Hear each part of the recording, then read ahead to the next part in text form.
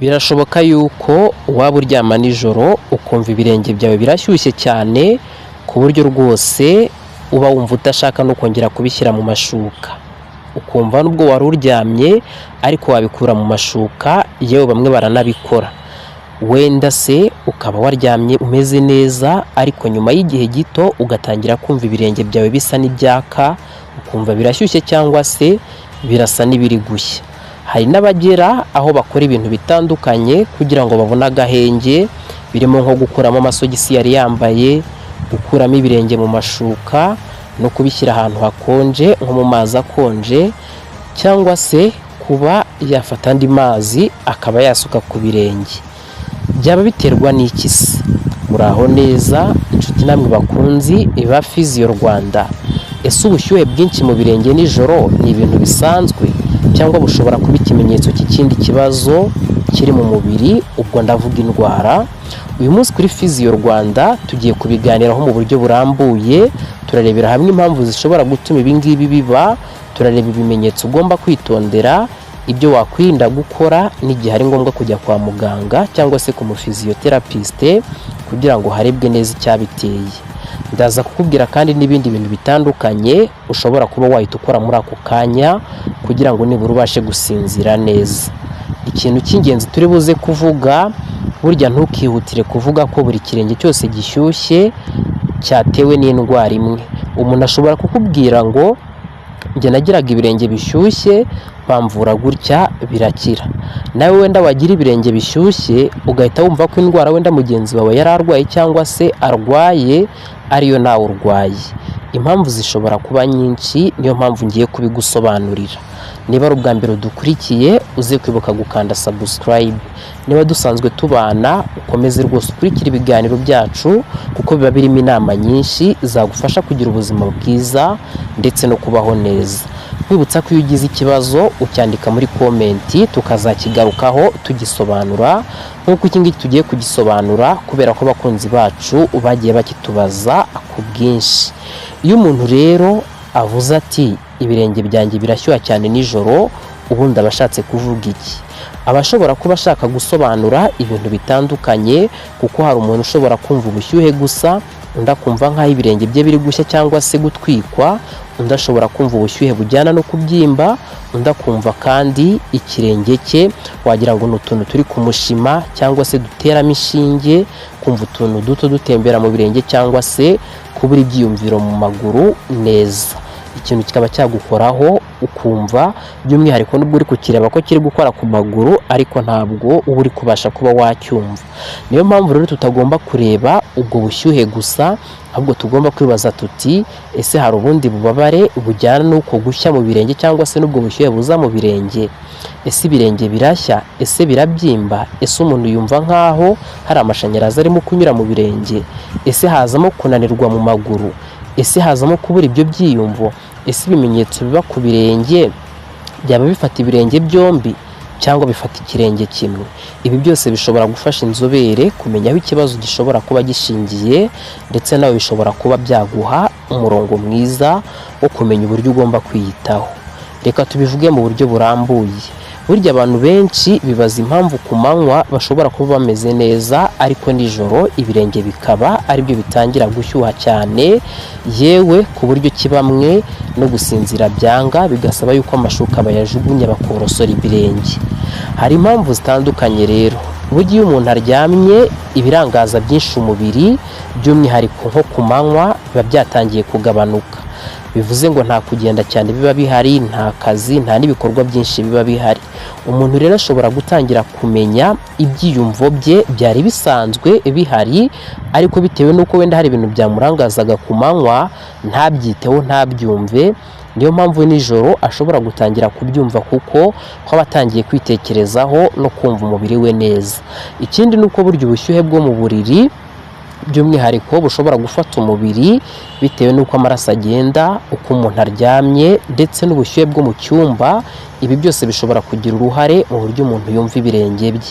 Ariko niba ubushyuhe ari bwinshi cyane bukomeza kugaruka, bukubuza gusinzira cyangwa se bukajyana n'ibindi bimenyetso, icyo nakubwira cyo ntabwo uba ukwiriye kubufata nk'ikintu gisanzwe gusa. Ibi bitujyana ku kwibaza impamvu ishobora gutuma ubwo bushyuhe bwo mu cyumba ndetse n'umuntu ashobora kuba yagira ibyo birenge bishyushye, by'umwihariko byaba biterwa n'iki. Reka dutangirire kuri iyi mpamvu yoroshye. Rimwe na rimwe ikibazo gishobora kuba ari ubushyuhe bwinshi buri muri icyo cyumba cyangwa se buri ahantu uryamye. Niba icyumba gishyushye cyane ukaba uryama mu mashuka menshi cyangwa se wiyorose ibintu bishyushye cyangwa ukambara amasogisi ashyushye, ibi ngibi rwose bishobora gutuma ibirenge byawe byumva ubushyuhe bwinshi. Ibi akenshi ntibiba ari ikibazo gikomeye, ni nayo mpamvu ushobora kugerageza kugabanya ya mashuka menshi waryamagamo, ukambara imyenda idafunga ibirenge cyane itabihambira, ubwo ni n'amasogisi meza adafata ibirenge cyane. Ikindi nanone ukaba watuma nibura icyumba uryamamo cyinjiramo akayaga, kuko hari abantu usanga bafite ibyumba nta dirishya kigira, no ku muryango iyo aryamye arakinga, ni icyumba kirimo parafo, ugasanga nyine ni icyumba gishyuha cyane kandi ugasanga nyine yiyorosa n'ibyo bintu bishyuha cyane. Ibyo ngibyo rero biba byiza iyo ubigenzuye ukaba wabasha kubyirinda, ndetse ukirinda no gushyira ibirenge byawe ahantu nyine hari ubushyuhe bwinshi. Ariko niba icyumba cyawe gikonje kandi ibirenge byawe ukumva birakomeza gushyuha, mu by'ukuri biba bisobanuye iki? Ibi ni byo bitujyana ku yindi mpamvu, cyane ko biba ari ingenzi kuba wayibazaho, kuko niba urebye ukabona amashuka yawe, amasogisi wambara, icyumba cyawe ntibishyushye ariko ibirenge byawe bikomeza gushyuha, bishobora guterwa n'impamvu ziza ku mwanya wa kabiri, ari impamvu z'imyakura. Iyi ni imwe mu mpamvu zikomeye zikunze kubitera. Hari igihe umuntu yumva ibirenge bye bishyushye ariko wabikoraho ugasanga ntibishyushye cyane nk'uko ubwo abyumva. Ni ukuvuga ko ikibazo gishobora kuba kiri ku buryo imyakura itwara bya byiyumvo by'umubiri. Niba imyakura yiwe by'umwihariko itabasha kumva neza cyangwa se ifite ibyiyumvo biri hejuru cyane, bishobora kugira uruhare rukomeye cyane mu buryo kiyumva bwabushye. Imyakura navuga ko ari imiyoboro itwara amakuru hagati y'umubiri n'ubwonko, ikaba ari ifasha ubwonko kumenya ko hari ubukonje, kumenya ko hari ubushyuhe, kumenya ko ubabaye, kumenya ko hari ikintu kikubangamiye ndetse n'ibindi bitandukanye. Iyo rero iyo myakura yangiritse cyangwa se ikagira ikibazo, umuntu ashobora kumva ibintu bidasanzwe, ashobora kumva ibirenge bishya, ashobora kumva ibirenge bishyushye, ashobora kumva ari nkaho hari utuntu turi kumushyiramo udushinge cyangwa se tumujomba, ashobora kumva ari nk'amashanyarazi ari mu birenge, ashobora no kumva kandi ibirenge byiwe bisa n'ibitumva cyangwa se byasinziriye. Ibi bishobora rero kugaragara mu bibazo by'imyakura bizwi nka peripheral neuropathy. Peripheral neuropathy nakubwira ko ishobora kugira impamvu zitandukanye, by'umwihariko urugero nka diyabete ishobora kugira uruhare mu kwangiza imyakura ku bantu bamwe na bamwe. Hari kandi ibindi bibazo by'umubiri bishobora kugira uruhare, harimo nko kubura intungamubiri zimwe na zimwe zirimo nka vitamine B12 cyangwa se vitamine B12, harimo kuba hazamo ibibazo by'impyiko, harimo kuba hazamo umwijima, imiti imwe n'imwe ndetse n'izindi mpamvu zitandukanye. Niyo mpamvu iyo umuntu afite ubushyuhe bw'ibirenge bujyana no kunanirwa, kumva harimo utuntu tumujomba, kubura ibyo byiyumva, kumva ibirenge bye ntibyumva, cyangwa se akumva agiramo ububabare bwo gutwika, icyiza kiba ari uko yasuzumwa. Reka turebe rero uburyo diyabete ishobora gutuma umuntu agira ubu bushye mu birenge. Diyabete ishobora kugira ingaruka ku myakura, kandi iyo myakura yangiritse umuntu ashobora kugira bwa bushye butwika cyangwa se ubushyuhe mu birenge. Ikibazo gikomeye rero ntabwo ari ubushyuhe gusa, ahubwo ikibazo ni uko umuntu ashobora no kutumva neza ibikomere cyangwa se ibisebe biri ku birenge. Bivuze ngo bya byiyumvo byo kuba yakumva icyo gihe ku birenge biratakara. Tuvuge nk'urugero, umuntu ashobora gukandagira ikintu gito kikamukomeretsa, ariko kubera ko bya byiyumvo byagabanutse ntabyumve neza. Niyo mpamvu umuntu ufite diyabete cyangwa se ukekwaho ikibazo cy'imyakura aba agomba kwita cyane ku birenge byiwe. Kugenzura ibirenge buri gihe bishobora gufasha kubona ibisebe udusebe cyangwa se n'izindi mpinduka hakiri kare, bikakurinda kuba ushobora kuba wakwangirika ikirenge bitewe n'uko bya byiyumvo byatakaye. Indi mpamvu nanone ishobora kubitera burya ni ukubura vitamine zimwe na zimwe. Hari n'igihe ikibazo gishobora kuba gifitanye isano n'imirire cyangwa se kubura intungamubiri runaka, urugero nka vitamine B12. Iyi ni vitamine igira uruhare rukomeye cyane mu mikorere myiza y'imyakura. Iyo umuntu rero afite ikibazo cyo kuyibura, bishobora kujyana n'ibimenyetso by'imyakura ku bantu bamwe, ariko hano hari ikintu cy'ingenzi uba ugomba kumenya. Ntukihutire kunywa vitamine nyinshi utabanje kumenya icyo umubiri wawe ubura, kuko si buri muntu wese uba ufite ibirenge bishya aba abura vitamine. Niyo mpamvu ikintu cyiza biba ari ukubanza gusuzumwa, cyane cyane iyo ibimenyetso bikomeza, kugira ngo bamenye ese niki kiri gutera ubushye bwo mu birenge, niki cyabuvura. Indi mpamvu nanone ishobora kuba yabitera burya ni ibibazo bishobora kuba bifitanye isano n'umugongo. Iki ni ikindi kintu abantu benshi batitaho. Imyakura ijya mu birenge burya ifitanye isano n'imitsi ndetse n'imiyoboro ituruka mu mugongo. Iyo hari ikibazo mu mugongo, cyane cyane mu gice cyo hasi, ubwo ni ku mugongo wo hasi, bishobora gutuma umuntu agira ibimenyetso bigera ku kuguru cyangwa se no mu kirenge. Urugero, umuntu ashobora kugira ububabare bw'umugongo, ashobora kugira ububabare bumanuka mu kuguru, ashobora kumva harimo nyine utuntu tumeze nk'utumujomba, ashobora kunanirwa amaguru, cyangwa se akumva hari ibyumvo bidasanzwe afite mu kirenge ugereranyije n'uko yari asanzwe ameze.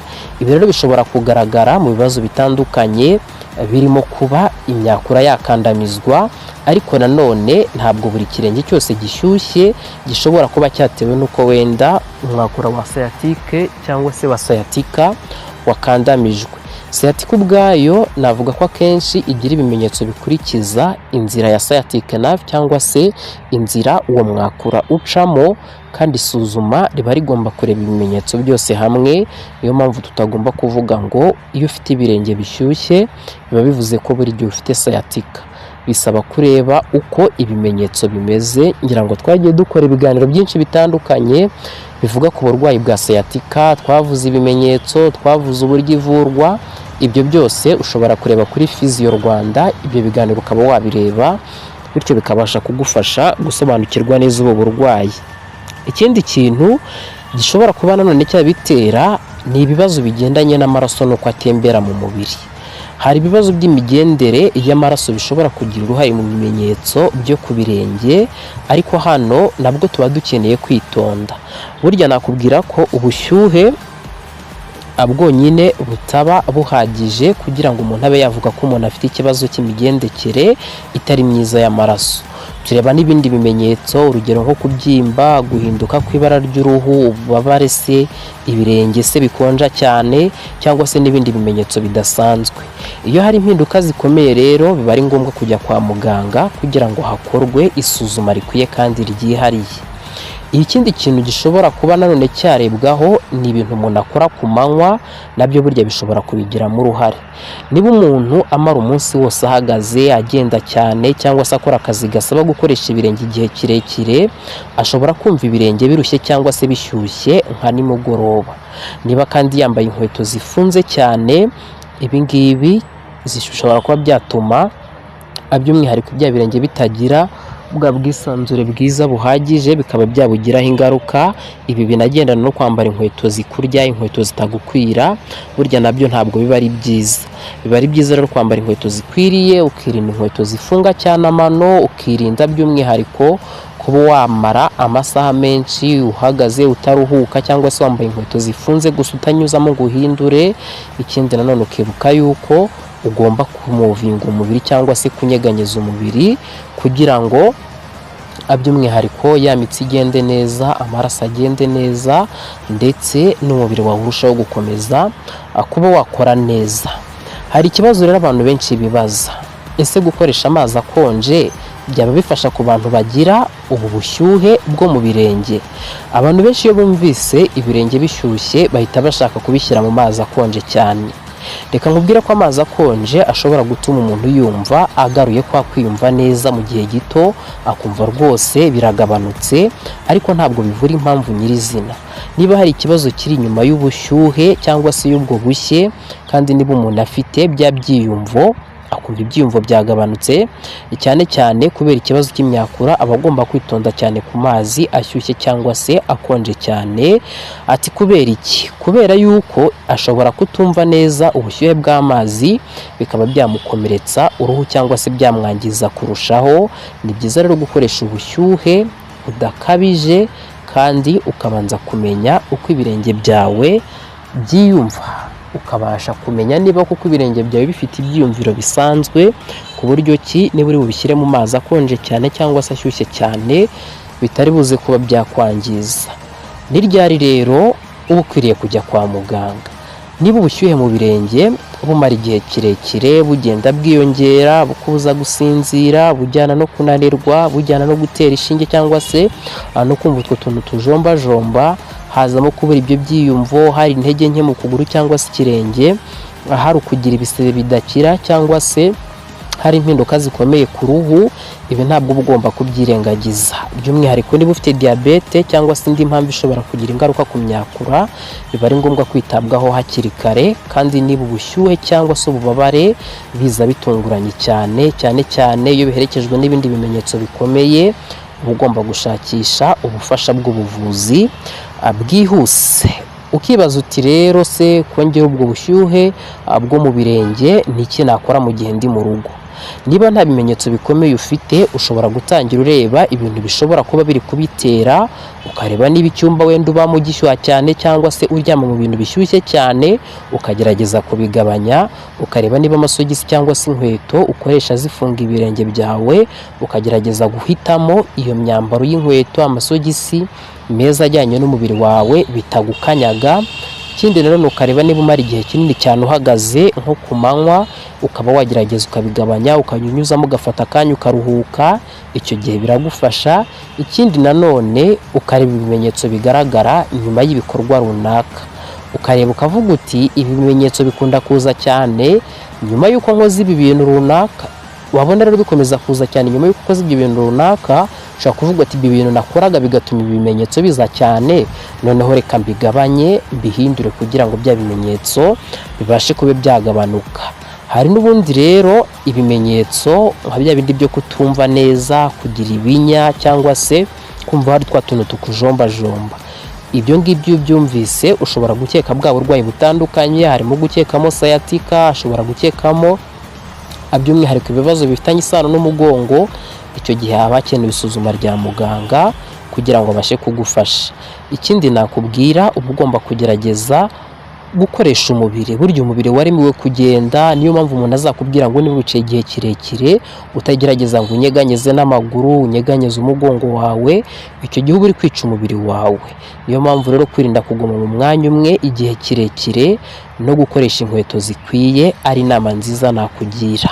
Ariko niba ikibazo gikomeje, ntugakomeze kwivura ukoresheje uburyo butandukanye utazi impamvu.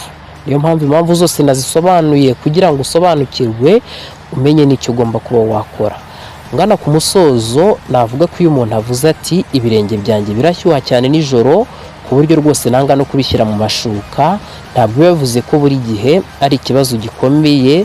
Rimwe na rimwe bishobora no guterwa n'ubushyuhe bwo mu cyumba, imyenda cyangwa se inkweto cyangwa umunaniro w'ibirenge. Ariko iyo ubushyuhe bukomeza kugaruka cyangwa se bugendana no gutwika, kumva utwo tuntu tukujomba, kunanirwa mu birenge cyangwa se mu maguru, kubura ibyo byiyumvo cyangwa se ububabare cyangwa n'ibindi bimenyetso, biba bishobora kuba ngombwa ko ushakisha impamvu y'ibanze iri kubitera kugira ngo ubashe kubona ubuvuzi bwiza kandi buri buze kugufasha. Ikindi kintu nagarukaho, ntukibwire ko ari amaraso make, vitamine ibura cyangwa se umugongo utabanje gusuzumwa nk'uko nabigarutseho haruguru. Kuri Physio Rwanda rero intego yacu biba ari ukuguha amakuru agufasha kumenya umubiri wawe no kumenya igihe ugomba gushaka ubufasha bw'inzobere. Niba iyi video igufashije, kanda like, uyisangize undi muntu ushobora kuba afite iki kibazo, kandi ukande subscribe kuri Physio Rwanda kugira ngo utazacikwa n'izindi video zijyanye n'ubuzima bw'imitsi imikaya, umugongo n'imyitozo. Kandi niba nawe ujya wumva ibirenge bishyo cyane nijoro ukumva birashyushye, andika uti njyewe ibi ngibi mpura nabyo, rwose tubwire niba bibaho ku birenge byombi cyangwa se ari ku kirenge kimwe. Wakoze cyane rero kuba wakomeje gukurikira Physio Rwanda kugeza kuri uyu munota. Njye tuzongere duhurire mu yindi video itaha, aho nzaba nkwereka imyitozo itandukanye yagufasha kugabanya ubwo bushye bwo mu birenge. Icyitonderwa ku byo uba ugomba kwitaho, ibyo nkubwira ntabwo bisimbura inama ndetse n'ubuvuzi bwa muganga.